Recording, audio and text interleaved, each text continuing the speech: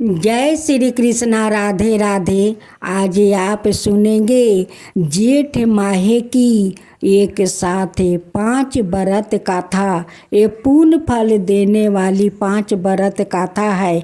इस कथा को आप लोग जरूर सुने। वट सावित्री कथा। स्कंद पुराण में देवी सावित्री के पति सत्यवान की मृत्यु हो जाने पर सावित्री द्वारा पति के प्राण वापस लाने की कथा का जिक्र वट सावित्री व्रत कथा में किया गया है। इस कथा के विषय में कहा गया है कि यह कथा सौभाग्य प्रदान करने वाली है। इसलिए वट सावित्री व्रत के दिन वट वृक्ष के नीचे इस कथा का विस्तार पूर्वक पाठ करना चाहिए और सुहागिन महिलाओं को इस कथा को सुनना चाहिए। राजसी अश्वपति की एकमात्र संतान थी। सावित्री विवाह योग्य होने पर सावित्री ने वनवासी राजा धूमसेन के पुत्र सत्यवान को पति रूप में चुना। लेकिन नारद जी ने उन्हें बताया कि सत्यवान अल्पाहु है और ठीक 1 वर्ष बाद उनकी मृत्यु के निश्चय है। तो भी सावित्री अपने निर्णय से हटी नहीं। वो समस्त राज्य वैभव त्याग कर सत्यवान के साथ उनके परिवार की सेवा करते हुए वन में रहने लगी। जिस दिन सत्यवान के महापरायण का दिन था, उस दिन वो लकड़ियाँ काटने जंगल में गया। सावित्री भी उनके साथ चली गई। लकड़ी काटते काटते अचानक से सत्यवान के सिर में दर्द होने लगा। सावित्री ने कहा कि आप कुछ देर मेरी गोद में सिर रख कर सो जाइए, फिर हम आश्रम की ओर चलेंगे। सावित्री वट वृक्ष के नीचे बैठ गई और सत्यवान उनकी गोद में सिर रख कर लेट गया। तभी सावित्री ने देखा कि सांवले पिंगले वर्ण वाले किरीटधारी पीत वस्तु पहने हुए साक्षात सूर्य के समान उदित हुए पुरुष उनके सामने खड़े हैं। सावित्री ने उन्हें प्रणाम किया और उनसे पूछा कि आप कौन हैं। इस पर यमराज ने कहा कि मैं सब प्राणियों के लिए भयंकर और कर्मों अनुसार उनका उचित दंड देने वाला यम हूँ। सो हे पतिव्रता सावित्री, समीप में पड़े हुए तुम्हारे पति की आहु समाप्त हो गई है, इसलिए मैं इन्हें लेने आया हूँ। ऐसा कहकर यमराज ने सत्यवान के शरीर से अंगुष्ठ मात्रा शरीर वाले जीव आत्मा को बलपूर्वक निकाल लिया और यमपुरी की ओर चलना शुरू किया। सावित्री भी यम के पीछे पीछे चलने लगी। यमराज ने सावित्री से कहा कि कोई भी जीव बिना आहु समाप्त हुए यम मार्ग से नहीं जा सकता है, इसलिए तुम लौट जाओ।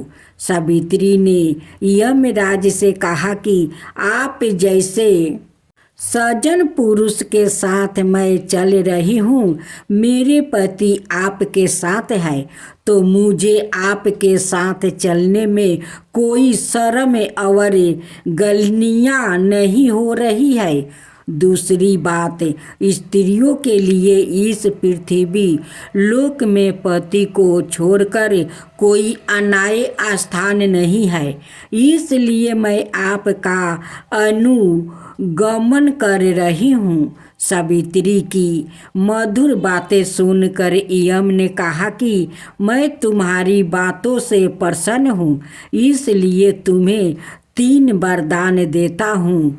तुम्हारी जो इच्छा हो सो वर मांग लो। सावित्री ने तब यमराज से अपना खोए हुए राज्य, सास ससुर की आंखों की रोशनी और सत्यावन से अपने 100 पुत्र के होने का वरदान मांग लिया। तत्काल ही यमराज ने तथास्तु कह दिया। अब यमराज को लगा कि अब सत्यवान को यमलोक ले जा पाना संभव नहीं, और इस कारण अपने वरदान के जाल में फंसकर यमराज ने सत्यावन की आत्मा को मुक्ति कर दिया और सावित्री को लौटा दिया। सावित्री पति के साथ अपने आश्रम लौट आई। सावित्री ने अमावस्या का व्रत किया, जिसके प्रभाव से सास ससुर की आंखों की रोशनी लौट आई। इनका राज्य विकसित हो गया और 100 पुत्र रत्न प्राप्ति हुआ। अब आप सुने यमराज भगवान और गरीब किसान की प्रेरणादायक कथा। बहुत समय पहले की बात है। भारत के एक दूर दराज गांव में एक किसान, मेहनती किसान रहता था। उसका नाम हरिया था।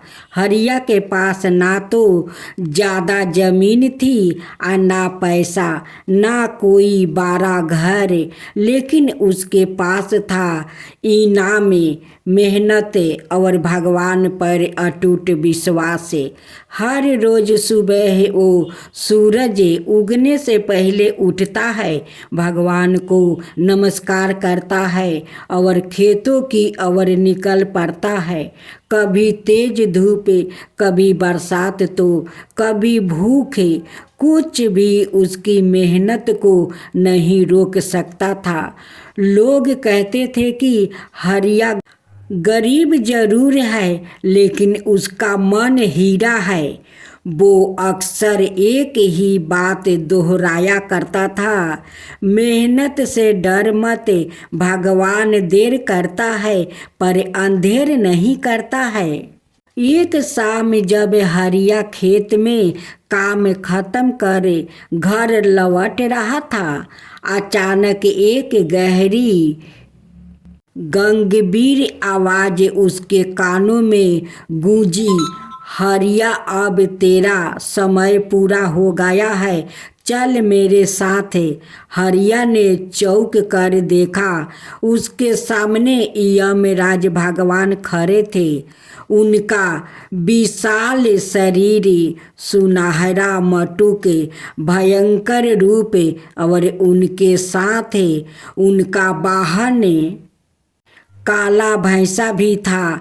हरिया ने हाथ जोड़कर नरमाता से कहा, प्रणाम यमदेव, अगर आपका बुलावा आ गया है तो मुझे चलना होगा, पर कृपा करके पहले मेरी बात तो सुनिए। हे प्रभु, मेरा पास कोई धन नहीं है, पर मेरी बूढ़ी माँ और छोटे छोटे बच्चे हैं। मैं चला गया तो वो भूखे मर जाएंगे। मुझे 1 साल का समय दीजिए, खेत की पूरी फसल काट कर कुछ अन्न और पैसे इकट्ठा कर लूं, ताकि मेरे बाद मेरा परिवार जीवित रह सके। यमराज थोड़े चकित हुए, क्योंकि ज़्यादातर लोग मृत्यु का नाम सुनते ही रोने चिल्लाने लगते थे, लेकिन हरिया निडर था, बिन मरता था और सबसे बड़ी बात दूसरों की चिंता कर रहा था। यमराज बोले, हरिया, तू जानता है कि मृत्यु के निश्चय है, फिर भी तू डर नहीं रहा है। हरिया मुस्कुराया और बोला, प्रभु, मौत से कोई नहीं भाग सकता, पर अगर आप थोड़ी दया कर दे तो मेरे बाद मेरे बच्चों को भूखे ना रहना पड़े। यही मेरी अंतिम इच्छा है। यमराज ने कहा, ठीक है, मैं एक शर्त पर तुझे 1 साल देता हूँ, लेकिन मैं हर महीने तेरे पास 1 रुपये बदल कर आऊँगा। अगर तू मुझे पहचान गया तो साल पूरा हो जाएगा, अगर नहीं पहचाना तो यहीं से तुझे यमलोक ले जाऊँगा। अगले महीने एक वृद्धा भिखारी उसके खेत के पास आया। उसके कपड़े फटे हुए थे, वो भूखा था। हरिया ने तुरंत काम छोड़ दिया, उसे अपने घर ले गया, खाना खिलाया और बोला, आपका आशीर्वाद ही मेरा धन है। भिखारी मुस्कुराया और यमराज के रूप में विलीन हो गया। दूसरी परीक्षा, बीमार गाय का रूप। दूसरे महीने एक बीमार गाय उसकी झोपड़ी के पास आ गई। लोग उसे भगाने लगे, लेकिन हरिया ने उसकी सेवा की, इलाज की, घास पानी दिया और कहा, यह भी तो भगवान की रचना है, इसका दुख मिटाना भी मेरा धर्म है। यमराज फिर प्रसन्न हुए। ऐसे ही समय बीत गया। हर महीने यमराज अलग अलग रूपों में आते, कभी भूखा साधु, कभी डूबता बच्चा, कभी घायल पंछी, और हर बार हरिया अपने कर्म, करुणा और सच्चे दिल से उन्हें पहचान लेता। 1 साल पूरा हो गया। यमराज अपने असली रूप में प्रकट हुआ। उन्होंने हरिया से कहा, हरिया, तूने मेरी हर परीक्षा पास की है। तू गरीब हो सकता है, लेकिन तेरे जैसा कर्म योगी और दयालु मनुष्य दुर्लभ है। अब मैं तुझे आशीर्वाद देता हूँ, तुझे अभी मृत्यु नहीं मिलेगी। तू लंबा जीवन जिएगा, सुखी रहेगा और तेरे बच्चों का भविष्य उजियाल होगा। यमराज आकाश में विलीन हो गया और हरिया की आंखों से आंसू निकल पड़े। खुशी के आंसू।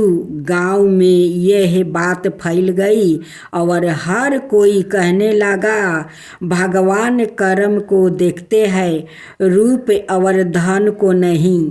अब सुने गंगा अवतार की कथा। गंगा अवतार की कथा का वर्णन वाल्मीकि रामायण, देवी भागवत, महाभारत और स्कंद पुराण में मिलता है। पुरातन युग में अयोध्यापति महाराज सागर ने एक बार विशाल यज्ञ का आयोजन किया और उसकी सुरक्षा का भार उन्होंने अपने पुत्र अंशुमान को सौंप दिया। देवराज इंद्र ने राजा सागर के यज्ञ अश्व का अपहरण कर लिया, तो यज्ञ के कार्य में रुकावट पैदा हो गई। इंद्र ने घोड़े का अपहरण कर उसे कपिल मुनि के आश्रम में बांध दिया। घोड़े को खोजते हुए राजा सागर के पुत्र जब कपिल मुनि के आश्रम में पहुंचा तो कोलाहल सुनकर कपिल मुनि की समाधि टूट गई। परिणाम स्वरूप वो क्रोधित हो गया और उनकी क्रोध अग्नि में जल कर राजा के हजारों पुत्र भस्म हो गया। अंशुमान घोड़े की खोज में जब मुनि के आश्रम में पहुंचा तो वहाँ महात्मा गरुड़ ने उसे सागर के हजारों पुत्र के भस्म होने की जानकारी दी। उनकी मुक्ति का मार्ग उन्होंने स्वर्ग से गंगा जी को पृथ्वी पर लाने को भी बताया। चौकी पहले जगह शुरू करवाना जरूरी था। अतः अंशुमान ने घोड़े को जग मंडप पहुंचाया और जग करवाया। फिर राजा सागर को पूरा वृत्तांत बताया। कुछ समय बाद राजा सागर का देहांत हो गया। जीवन परिवर्तन तपस्या करके गंगा जी को पृथ्वी पर लाने का बीड़ा अंशुमान और उसके पुत्र दिलीप ने उठाया, लेकिन उन्हें सफलता नहीं मिली। दिलीप के पुत्र भागीरथ ने जब कई बरस तक कठोर तपस्या की तब कहीं जाकर वर्मा जी प्रसन्न हुए और उन्होंने भागीरथ से वर मांगने को कहा। भागीरथ ने गंगा जी को पृथ्वी पर भेजने के लिए निवेदन किया। वर्मा ने कहा कि गंगा का भार ओ बेग संभालने की शक्ति केवल भगवान शंकर में है। अतः तुम पहले उन्हें प्रसन्न करो, गंगा मांग लो। भागीरथ ने फिर कठोर तपस्या की और शंकर भगवान को अपनी जाटा फैलाकर गंगा जी को धारण करने के लिए तैयार किया। जब वर्मा जी ने अपने कमंडलू में से गंगा को छोड़ा तो वो शंकर जी की जटाओं में ही उलझ कर रह गई। भागीरथ द्वारा बार बार अनुनय विनय करने पर शंकर जी ने गंगा को हिमालय में वर्मा जी द्वारा बनाए बिंदुसर में छोड़ा, जहाँ से उनकी अनेक धाराएं फूट पड़ी। जब गंगा का जल कपिल मुनि के आश्रम में पहुँचा तो महाराज सागर के 60,000 भस्म हुए पुत्र श्राप मुक्ति हो गया। वर्मा जी ने पुनः प्रकट होकर भागीरथ के कठिन तप से प्रभावित होकर घोषित किया कि अब से गंगा जी का एक नाम भागीरथी होगा। इस प्रकार भागीरथ ने अपने पुण्य से पुत्र लाभ पाया। पहले हम जानते हैं जेठ मास की नियम विधि। जेठ मास में गंगा दशहरा और निर्जला एकादशी जैसे व्रत पर्व मनाए जाते हैं। इस माह में भगवान विष्णु और उनके अवतारों की विशेष पूजा करने की परंपरा है। घर में विष्णु जी की अवतार श्री कृष्णा के बाल स्वरूप बाल गोपाल की प्रतिमा है, तो जेठ मास में बाल गोपाल का विशेष अभिषेक करना चाहिए। रोज सुबह जल्दी उठे और घर के मंदिर में सबसे पहले गणेश जी की पूजा करें। गणेश जी को स्नान कराए, वस्तु और हारा फूल से श्रृंगार करें, दूब और अनाए पूजन समग्रही चढ़ाए, धूप दीप जलाए, लड्डू का भोग लगाए। गणेश पूजा के बाद श्री कृष्णा की पूजा करें। श्री कृष्णा को स्नान कराए, पहले शुद्ध जल से, फिर पंचामृत से और फिर शुद्ध जल से बाल गोपाल को स्नान कराए। इसके बाद वस्तु हर फूलों अर्पित करें। फल, मिठाई, जनेऊ, नारियल, पंचामृत, सूखे मेवा, पान, दक्षिणा और अनाय पूजन समग्रही चढ़ाए। चंदन का तिलक करे, धूप दीप जलाए, तुलसी के पत्ते डाल करे, माखन मिश्री का भोग लगाए, के कृष्णा नमा मंत्र का जप करे।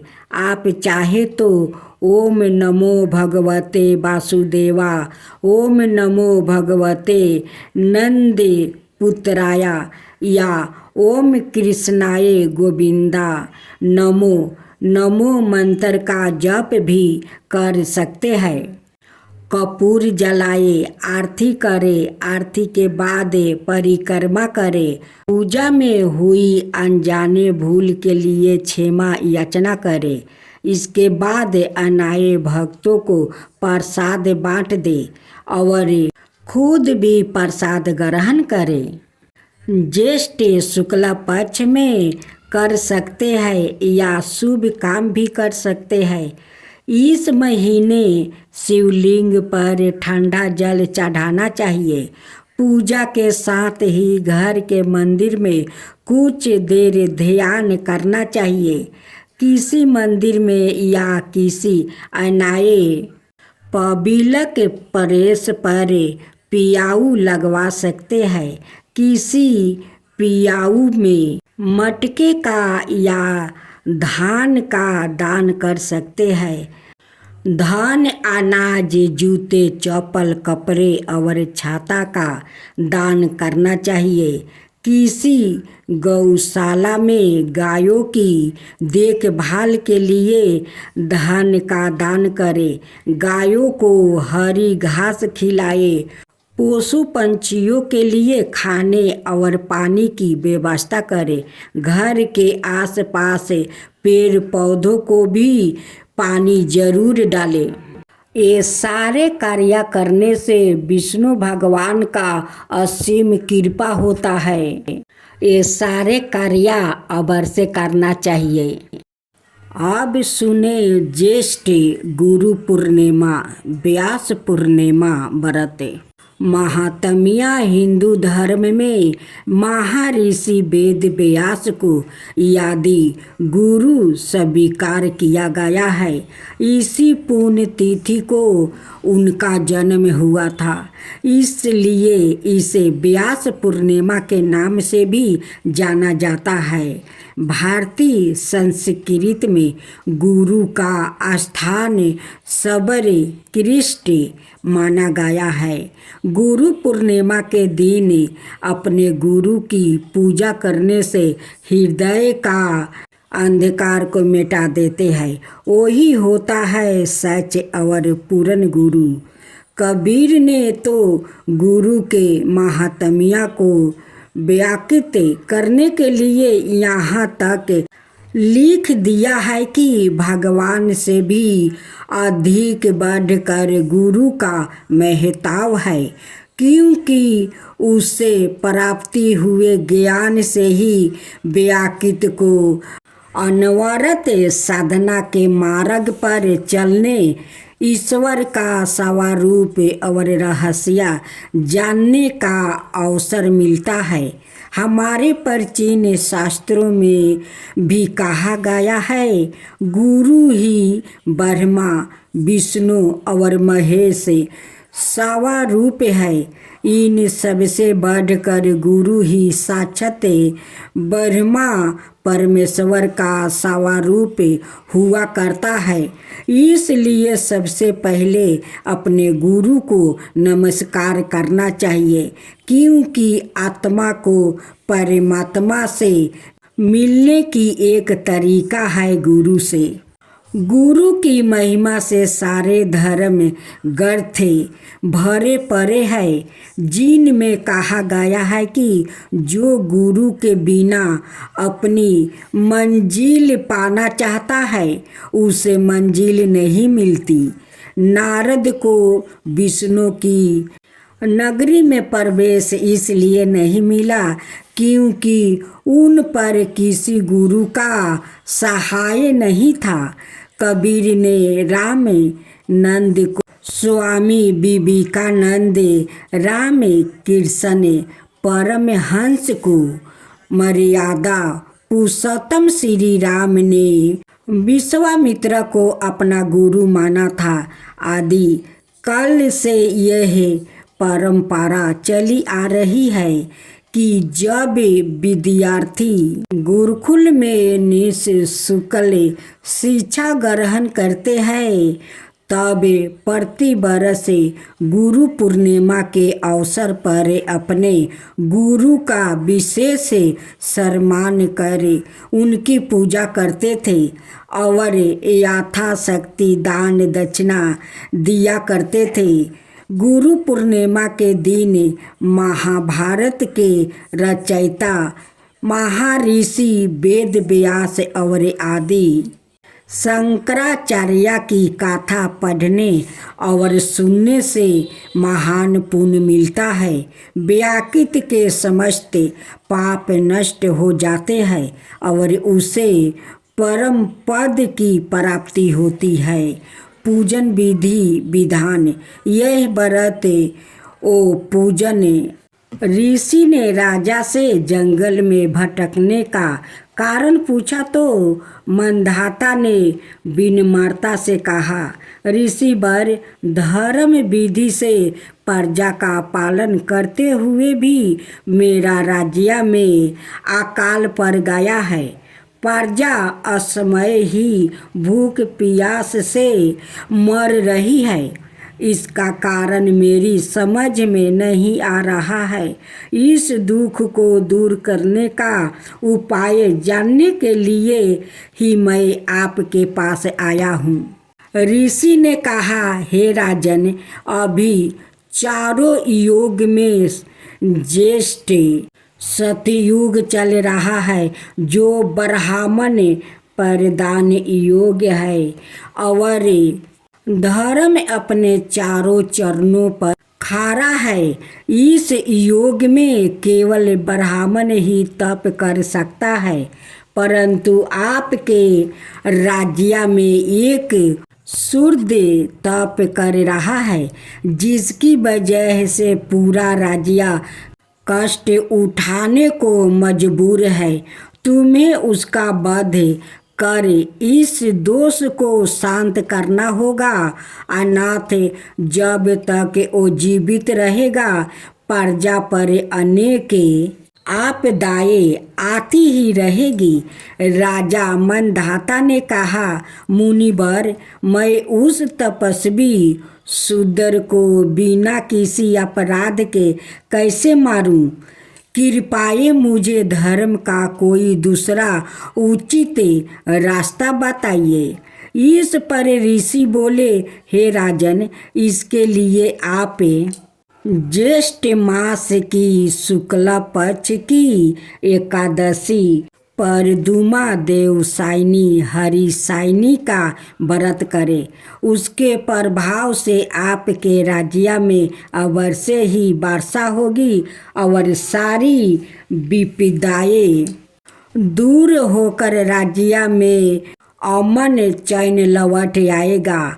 राजा मंधाता ने मुनि के वचनों के अनुसार राज्य में लौट कर देवसायनी का व्रत न केवल सवाए राखा बल्कि प्रजा के चारों वर्णों से भी रखवाए। तत्पश्चात राज्य में जोरदार वर्षा हुई और पृथ्वी दीपित हो गई।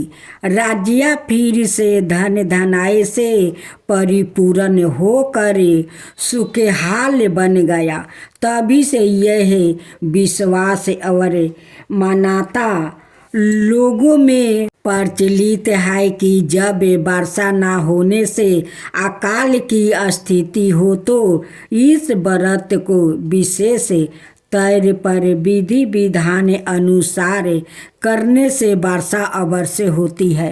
अब सुने लपसी तपसी की कहानी। एक लपसी था, एक तपसी था।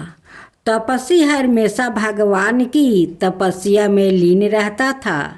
लपसी रोजाना 1.25 सेर की लपसी बनाकर भगवान का भोग लगा कर भोजन कर लेता था।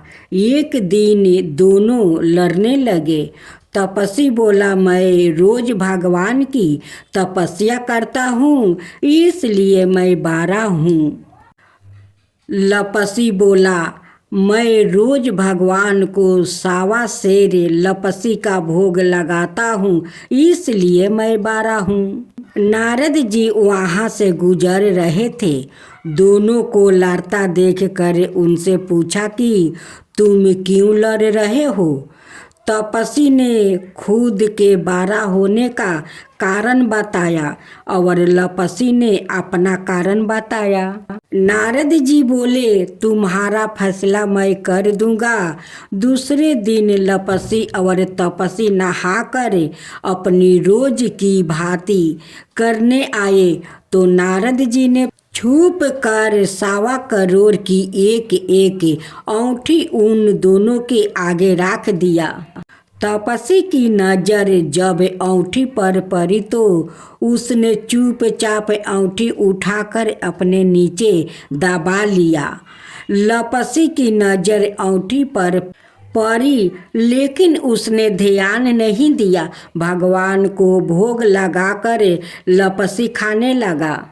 नारद जी सामने आए तो दोनों ने पूछा कि कौन बारा। तो नारद जी ने तपस्वी से खारा होने को कहा। वो खारा हुआ तो उसके नीचे दबी औंठी दिखाई पड़ी। नारद जी ने तपस्वी से कहा, तपस्या करने के बाद भी तुम्हारी चोरी करने की आदत नहीं गई, इसलिए लपसी बारा है और तुम्हें तुम्हारी तपस्या का कोई फल भी नहीं मिलेगा। तपस्वी शर्मिंदा होकर माफी मांगने लगा।